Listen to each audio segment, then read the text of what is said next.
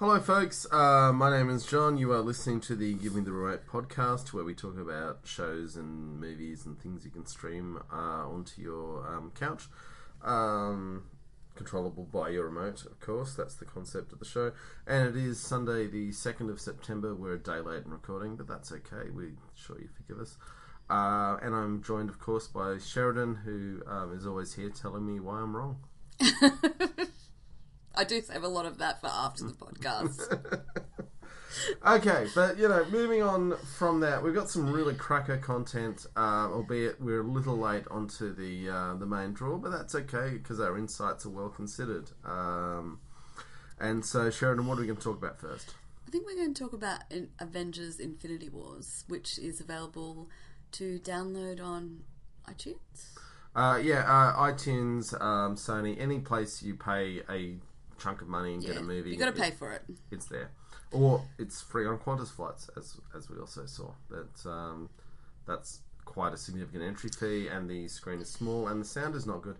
And I have to say, amongst the many amazing things that this movie represents, the sound engineering is just house shaking.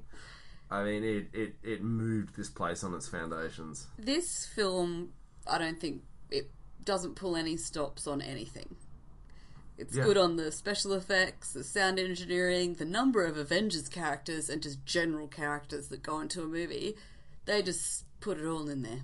It is, in a way, I'm not saying it's the best movie ever by any means, but it represents some significant feats of movie making in terms of, I think there's 3,000 special effects shots in it. There's 20-something major characters. And as we've noted, the sound engineering, in our case, our housemate was, because I watched it on my own while you were travelling, and then we watched it back here. He doesn't sleep very well when we have this thing going, because it shakes the room. There's a lot going on in this movie. I think that's actually what makes it good, but also what is a bit of a problem with it. Mm-hmm. I mean, I like Avengers movies, but I wouldn't say I'm like a super fan. And I think, in particular, you didn't watch Thor Ragnarok, which is a immediate precursor to it. So I think it's a little bit much to ask every single person to have watched every single movie in the series and remember all of the stuff. Having said that, I think you can probably watch this movie without having seen them all, because I didn't see them all and I still enjoyed it. But I did feel like I was probably missing some references that... In a way, it's quite clever marketing, because it encourages you to go back, watch that Guardians of the Galaxy movie, watch that Thor movie, watch that Civil War movie. But I mean, I understand that, but other than teenagers and 24-year-old nerds with no partner, who has the time to do that? Yeah, no, I get that completely. And a friend of mine who literally has a degree in filmmaking, as do you, I might add. I was trying to talk to him about it, and he was like, "Oh, I haven't really watched Marvel movies since Iron Man 2." And I'm like, well, that's a fair point to jump off, because Iron Man 2 was possibly the low point in this movie-making sequence. At the same time, it's like they are crafting a story and spreading it over an arc that has never, ever been attempted in movie-making. Yeah, and this is why I'm a little torn, because I see what they're doing, and that is what makes it good, but it's also a little bit frustrating if you've maybe missed one of the movies and haven't seen it like I had. Yeah. But I mean, every Marvel Avengers character is in this. Yeah. You've got Iron Man, Captain America, Black Widow, all of them are there. Well, Ant-Man got left out, which was interesting. But don't they talk about Ant-Man?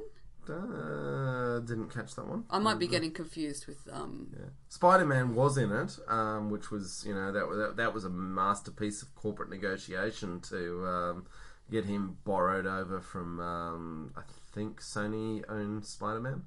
Yeah, I was wondering about that, because it's not the same actor. Oh no, Tom Holland is being the Spider-Man in the new one, the reboot of Spider-Man. Yes, I haven't seen that. So. Yeah.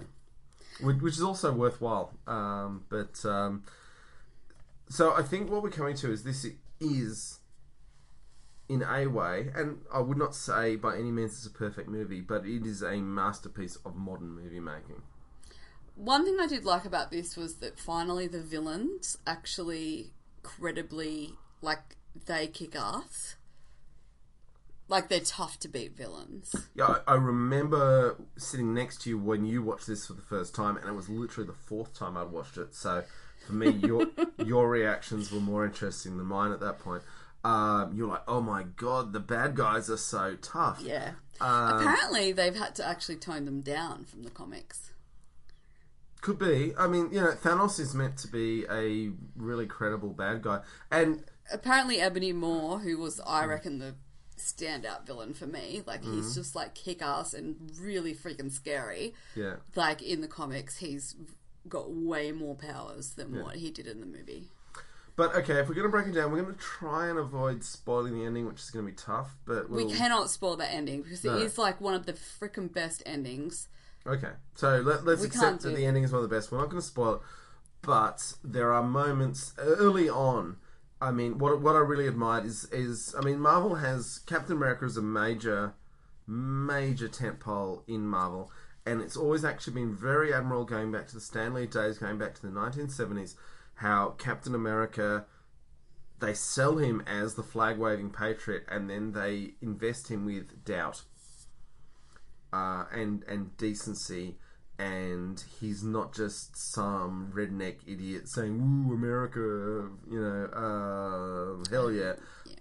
He's more than that. And I honestly think America, with all of my friends who are American, deserve what they get in Captain America, as Marvel represents it, not what the worst of America could. I don't like Captain America as a character. I think he's too goody-goody. I think he's boring.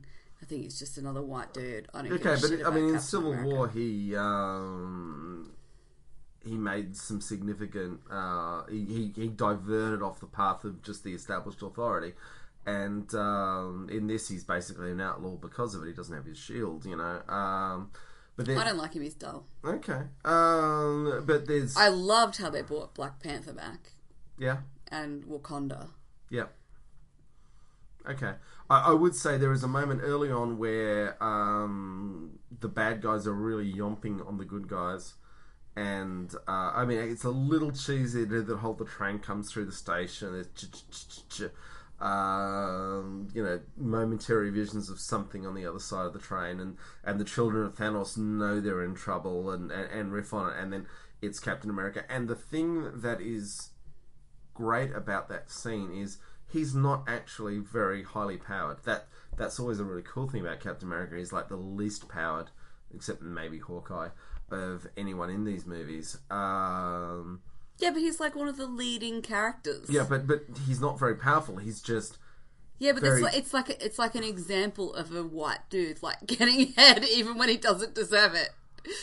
I think you're being unfair to him there. I would say he tries hard, and he tries harder than anyone, and he is dangerous because he doesn't give up, and he always tries hard. And I find him to be a very boring, mediocre character. Okay, but there is that moment where literally there is relief on the face of the good guys, and the bad guys' fear is in their heart. And it's not because he's more powerful than anyone around there, it's just because he's that person who is he's a grown-up in the room, and I think that's a really good depiction of it. Yeah, I find it problematic on several levels. Alright, now moving on, without spoiling, one of the standout moments in the movie to me was Rocket Raccoon. Let's just throw that out there, and Thor, when the insanely criminal raccoon realizes it needs to give Thor a pep talk. And, I mean, Thor's interactions with the Guardians of the Galaxy are beautifully handled. Would you not agree? It is fun. Yeah, it is fun. I found Thor a little... I don't know, like... His character doesn't have a lot of depth. They make fun of that, though. I know they do, but I found him a little tiresome in this, maybe. See, I thought the moment where the raccoon tries to counsel him and Thor starts unloading the pain of 1,500 years of hand-to-hand combat, I found that powerful and affecting. And there's, the hero's arc is a constant to any writer. It's something that you think about and try and do well. And most writers do it really badly, and that's a thing. Generally, the classic hero's arc is that the hero must kill his father, either literally or metaphorically. And the whole Thor Odin thing is deeply invested in that. And the alternative is that the hero fails. And that gets back to Hector in the Iliad. Not wanting to drag this podcast too deep. And Thor trying to deal with a world in which his father has died, but he is not yet omnipotent, which he was kind of thinking was going to happen. I really liked the way they handled it. I thought it was actually really well done, and the loss and regret of millennia I thought was weirdly achieved very thoughtfully in the interaction of a homicidal raccoon and a what do they call him, the pirate angel. Who was the pirate angel? Thor. Remember the Guardians of the Galaxy, when they drag him out of the vacuum and he's still alive, and there's that funny moment where the rest of the Guardians of the Galaxy are banging on about how beautiful Thor's body is, and Star-Lord's getting insecure. Well, it's true.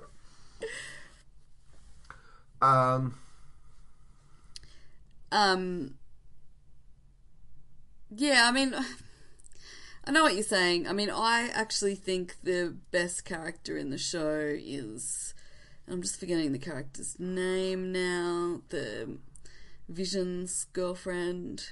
Scarlet Witch. She is clearly the most powerful superhero out of almost all of them. Yeah, that's the point of Magda, yeah. So that's why it is a little frustrating when Captain America comes in to save the day and you're like, yeah, but she's kicks ass over anyone. But she was quite glad to have his ballast. Yeah, but I don't know. Anyway, I found too, maybe it was a little bit unclear why Thanos. So the story is that Thanos is trying to obtain all of the Infinity Stones. The great MacGuffins. Six MacGuffins. 6 of them, and then can kill off certain 50% of the population of the universe. But why is he doing that? Well, his thought is that everything is unsustainable. But why? Why does he think that? It's not really very clear. No. And this is... But they leave it deliberately vague. Is Thanos just mad? Or is Thanos right? And they that's very deliberate, leaving that open as a question, because there are a lot of very serious people in this world today who would say that we have twice as many people as the planet can sustain. I don't think anyone's saying that we should nuke them all, though. I know people who honestly feel that way. Yeah. The question is always, which 50% do we kill off? And that's where it gets down in the weeds. Anyway. But all in all, I think this movie is super fun. Really good pacing. Even if you don't understand what's going on, you're not left sort of swimming around on your own for too long. It anchors you back to something you do understand. So I think there's probably enough in there for casual viewers and super fans. Yeah. I think it is, in all honesty, a masterpiece of filmmaking. So what are you going to rate it? 4.5 stars. I'm going to go 4 stars. Okay. It doesn't deserve a full 5. We have given some 5s on this podcast, and I can't recall quite what got it. There was a few things that weren't quite there for me, but I honestly couldn't name them. But it tells a cracking story over 3 hours. Is it just over 3 hours, does it? Yeah. No, I think it's 2.5. Well, okay, thereabouts. It touches on some serious tropes and does them really well. But it offers lighthearted entertainment. Just some of the little in-jokes, like when Tony Stark's joking about the wizards early on, they're just funny. You'll laugh. It's good. you know, there's a lot in this modern world that's kind of, you know, horrible and mean and we don't like, and at least movies like this are getting made with so much effort but also care. I mean, you can tell a lot of people involved in this loved what they were doing, and that love shines through. Yeah, it was a good movie. Okay. So what's next? Deadpool 2. Deadpool 2.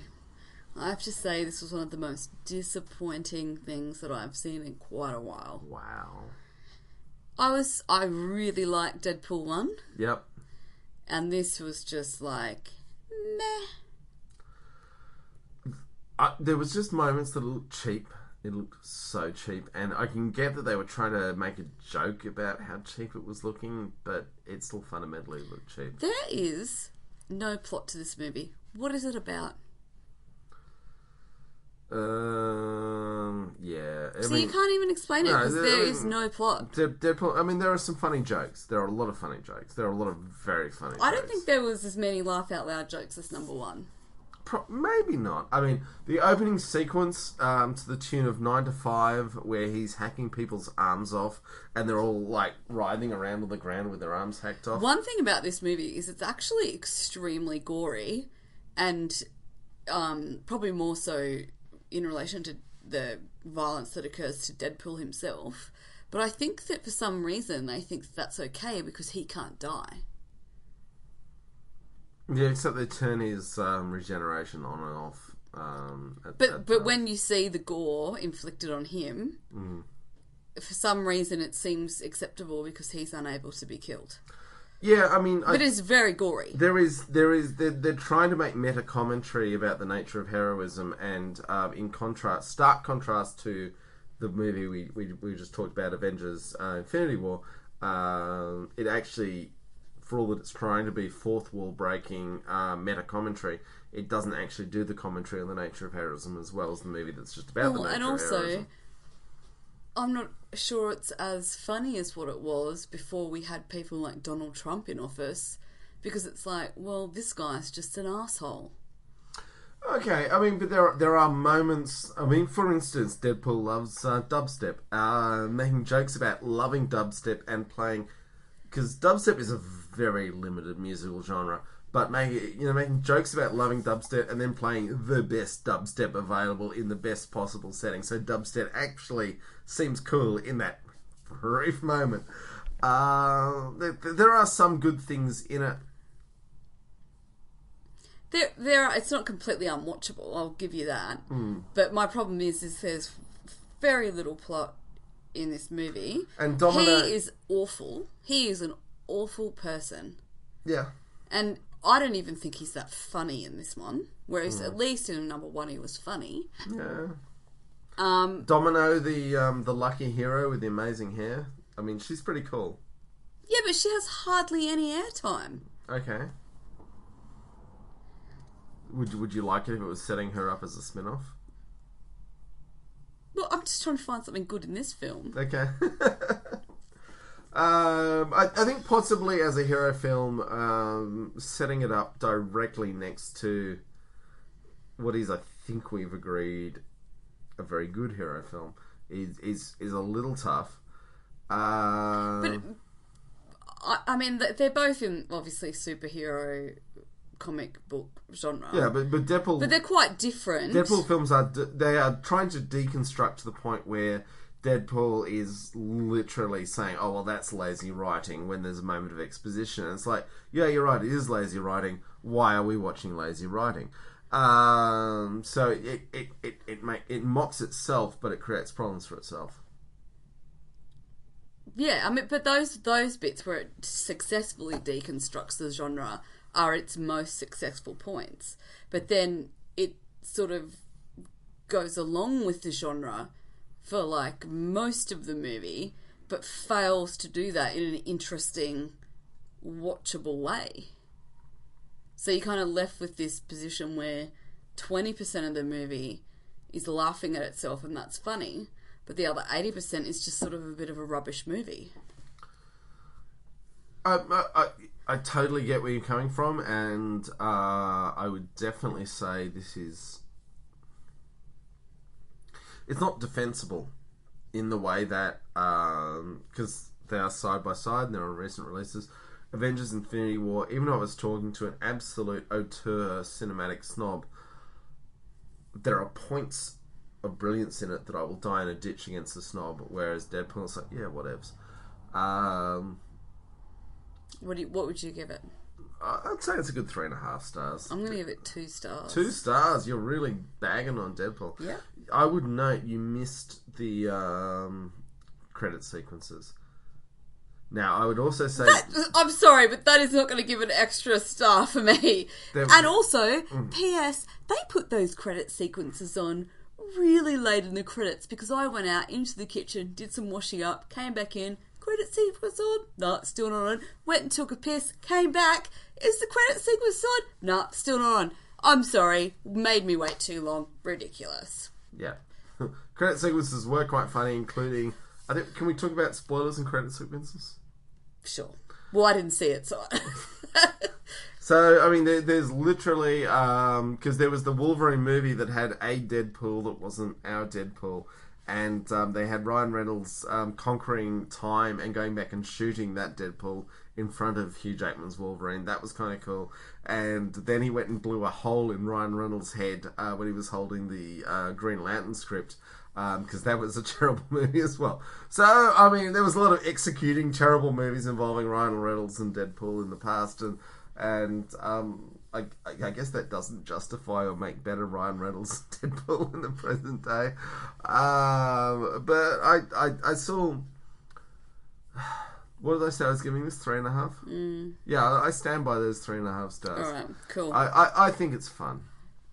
I thought it was a bit shit. Okay. So what's next? Glamorous Ladies of Wrestling. Glow. Sounds better when I do the voice. Yeah, you think that. You really think that. So Glow is available to download on Netflix. Yep. Or stream on Netflix. We're up to season 2, so we're reviewing season 2. Well, we're reviewing Glow as a whole because we haven't done it before. But I'm only reviewing season 2. I think we should do the whole thing. Well, no, that's not what I'm doing. Well, you just do what you want to do. You do you, boo. I'm reviewing season 2. I thought it picked up in many ways from season 1 in season 2. So basically the concept is we're in kind of like Reagan era TV or America television, and this is about a group of people who are making a TV show called Glow, which is loosely based on Glamorous Women of Wrestling, which Glorious. was Gorgeous Women of... Gorgeous... I've just totally messed that acronym up. It stands for Gorgeous Ladies of Wrestling. I thought it was Glorious, but okay, I'll go with you. It's gorgeous, yeah. Okay. That was actually a real TV show. So it's loosely based on that. There are a lot of characters in this show. There are 14 female characters in this show, and about, I'm going to say 2 to 3 male characters. 2 to 3 that matter, and there's a bunch of garbage men, but yeah. But there's... Actually, no, it's probably 10 men that matter, actually, but yeah. It's kind of fun. You're right, that's true, yeah. There's probably about 5 or 6 male. Yeah. But there are 14 female characters. Yeah. I think that's maybe the only downfall of season 2 is it kind of tries to cover a lot of stories. Yeah. All at once.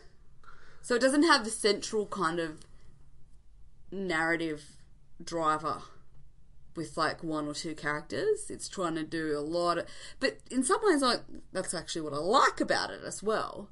So a bit like what we were talking about with Infinity Wars. There's so many characters and you're trying to cover it all off. But I would say I really enjoyed the first season of Glow. Like, I really enjoyed it. I thought this show is great. And I was so excited when the second season turned up on Netflix. I was like, "Way, Glow's here, let's watch it." And then the first 2 episodes, where Sam, who is the producer of the show, male producer at the show, who's got a seedy past of making C-grade horror movies, and he's just being so foul to the women in the show. I was very close to not watching the rest of the season. So I think, and this is actually what makes this show so fantastic, but also very awkward. It is trying to, in the light of 2018, shine a light on what it would have been like to be a woman working on this kind of TV show, and that necessarily involves a level of uncomfortable that is difficult to watch because there's a lot of sexual harassment, obviously, and just generally mistreatment of women. The sexual harassment shows, if I hadn't been watching with you, I probably would have just turned it off. Because it made me so uncomfortable and unhappy. It was... And that was good in that it showed how women feel about it. But... and I appreciate it as storytelling. But it was extremely painful. For me, there's a bit of a problem with this show in that... so Sam, who is the male producer, he does some pretty horrible stuff, but he is also put in this show as a bit of a likeable character. There is a particular moment where a piece of sexual harassment is brought to his attention, and he does actually stand up, and the character involved thinks he's going to get angry with her, and he actually sticks by her. To be honest with you, I'm not sure that would have really happened. Yeah. And that is what I find... We can only work in the narrative. But that is what I find a little frustrating about the show, is that Sam, as one of the only sort of repeat male characters that appears in every episode, he is quite rightly shown to have this other horrible side, but then he's also set up as being quite likeable in some ways. And I mean, this is probably, maybe this is real, because all of these guys that now are going through the Me Too movement. James Franco. James Franco, he's a great actor. He's not a great actor. Sorry. He's a pretty good actor. Anyway, he's smart, whatever. Then it's not this... Just solely... People go through journeys, and they're not always all good, and they're not always all bad. Yeah, exactly. So maybe actually now talking it through, this is what makes this show great, is because you are actually forced to confront this issue of these men that aren't entirely evil, and this has actually been a problem in our society, where we believe that men who do the wrong thing have to be like these silent, monsters dark, all the time. Yeah, monsters in the hedges jerking off or whatever. When really that's not the case at all. Like the monster's the guy you invite over to dinner and make your kids godparents, or whatever. So, maybe it is a good thing, but it is slightly uncomfortable to watch it. I think part of the what I will maintain, like I said, having got the second episode, I was ready to walk away from the show because I was finding Sam so objectionable. And then later in this series, and it's a real risk that Netflix takes with these shows, in that they extend the arcs so deep. And too often, and I'm thinking Iron Fist, I'm thinking Luke Cage, too often the arcs go out so long that they just can't bring them back. And in this one, it's not that bad. Like, if you get through Glow season 1 is there's enough payoffs as it goes along that it's okay. Season 2, the first 2 episodes are so bad that if you don't know there's something better coming along, it would be unwatchable. I don't think they're bad. I was... They're uncomfortable. I don't think they're bad. No, but that is actually what Glow is all about at its best. I mean, there are moments... I mean, I remember watching it with you, and we were looking... They were casting the camera down a street, and there were 200 cars on that street, and they were all period perfect. Oh, they make the show look genuinely like it's from the... Reagan era America. Yeah, it's fantastic. Everything looks spot on. It is, but if you've got an eye for detail, it rewards that in ways that you just can't believe they could have pulled it off. There is a really awesome episode too that I think it's later in this, was maybe about episode 10 or 8 or something. It's later in the series that they film it. That they show you an episode, a fake episode of the how it could have looked. Gorgeous Women of Wrestling. Yeah. And it's so good. Like, it's great. It's fantastic. I mean, it's something, I was saying, it's something really comforting for me as, like, a child of the 80s in that 4-3 aspect. Yeah. It's just, like, really comforting in a weird way. And once you get past those bits that we're really uncomfortable about, the story is good. And there are great things happening. But why should uncomfortable necessarily correlate to bad TV? Because that's what you're saying, it's unwatchable. But No, I did not say it was unwatchable. I said it was close to unwatchable. But why should being uncomfortable? Because that is what good TV and good cinema does. Is it makes you think, and one of the best ways that it can do that is by making you uncomfortable. I agree. I would say in this season, around season 2, Sam, who is the producer of the wrestling show, has just been so relentlessly foul to the women that I was very close to not wanting to watch anymore, just because I don't need to see any boss bullying their employees like that. I was just finding that something that I really didn't enjoy. Now, thankfully, the show turned around and his character arc significantly redeemed, although there was some other creepy weirdness later, and that's okay. I'm just saying it pushed my boundaries, and that's actually a good thing. That's actually like the best thing that TV can do. Yeah. I'll go there, but what I'm trying to say to the audience who are listening is that you could get pushed and feel you don't want to watch it after those first 2 seasons. And I would say it's worth hanging on. Sorry, those 2 episodes, it's worth hanging on. Because he redeems himself and the show gets more generally likable in terms of there's a redemption arc and there's, the public rallies behind our plucky girls and all these things that we actually want to see versus, a sad, slow descent into decrepitude and failure, which is what most of our lives represent. So what are you giving it? I cannot give Glow less than 4. I'm going to give it 5 stars. Wow. Okay. I think you need to talk more on your 5. Well, look, I don't do half stars. But I'm not going to say that it doesn't have any faults. Yeah.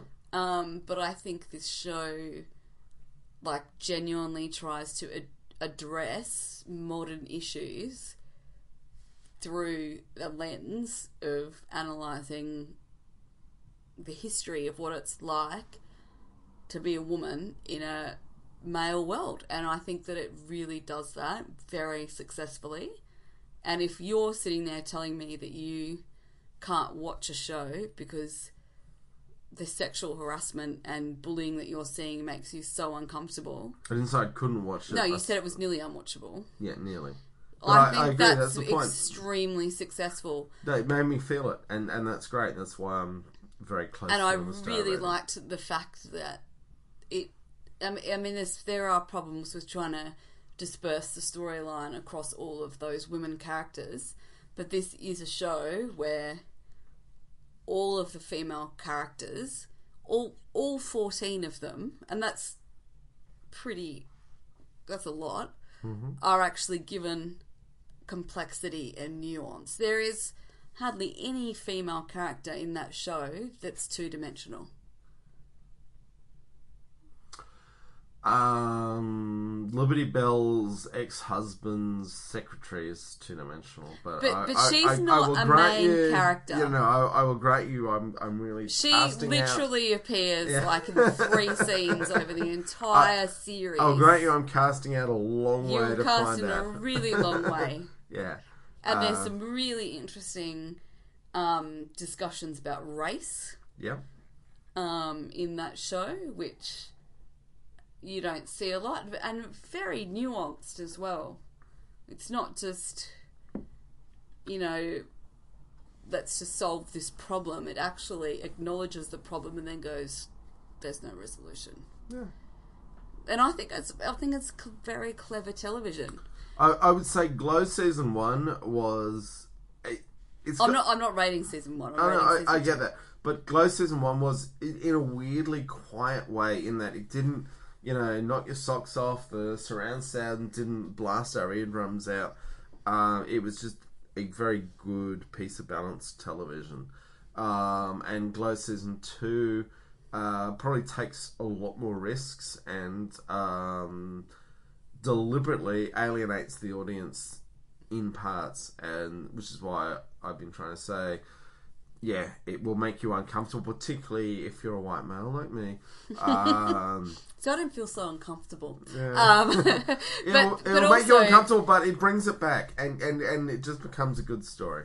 The other thing too, though, is obviously I've just spoken about the sort of, I guess, reasons why I think it's socially important.